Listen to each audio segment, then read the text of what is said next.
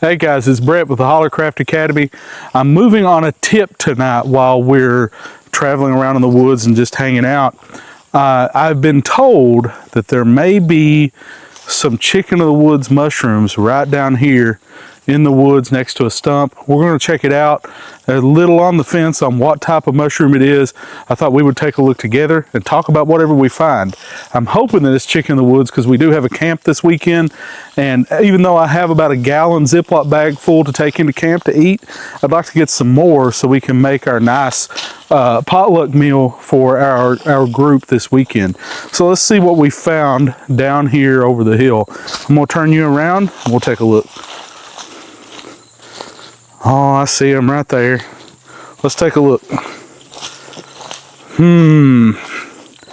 I think we're on to something, but I'm not certain that it's what we're looking for. Let's take a look here. Okay. So this is interesting, and I'm going to show you the process that I go through when I start classifying these mushrooms. Now, first thing, I'm going to go ahead and say this is not chicken in the woods. I know it's not. I'm positive it's not, but these are identifiers I'm looking for.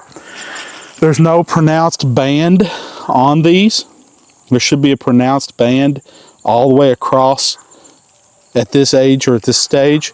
They're also oddly symmetrical and smooth on the end. The lobes are very smooth and almost pillowy. This mushroom is more than likely not edible, but we're going to clarify that in just a moment, and I'll tell you what they are. Very interesting find here right at the end of September, the beginning of October. So the next thing we're going to look at, we'll go ahead and pull this damaged piece. We'll take a look and we'll notice that this mushroom does have gills. That means it is definitely not chicken of the woods and more than likely not edible.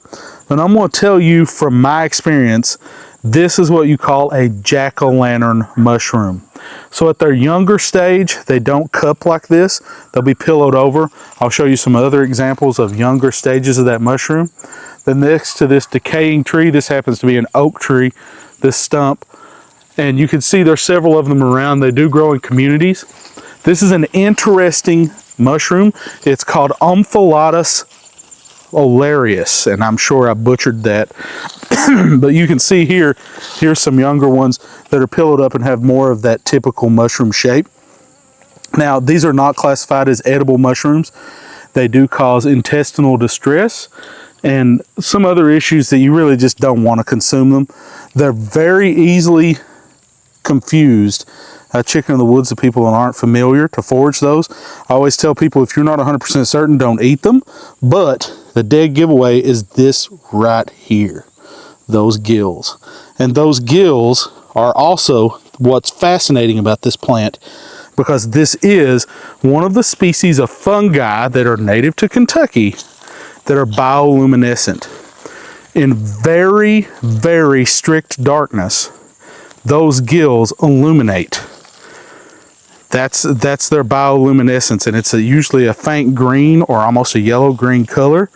They do glow lightly in the dark from their gill area. Once again, these are not edible. I'll cut to a photo here of chicken in the woods that we harvested recently, which is an edible plant, which is what we were looking for. But these are a very interesting plant. These are the jack-o'-lantern mushrooms. We're going to leave these alone. I would love to get a shot of them glowing. It's really hard to capture on regular film though. But interesting find in the holler here. We're going to keep going around and exploring, see if we find anything else interesting moving forward. But I just wanted to share that with you guys and show you what we go through trying to gather food in the holler and in the woods. See ya.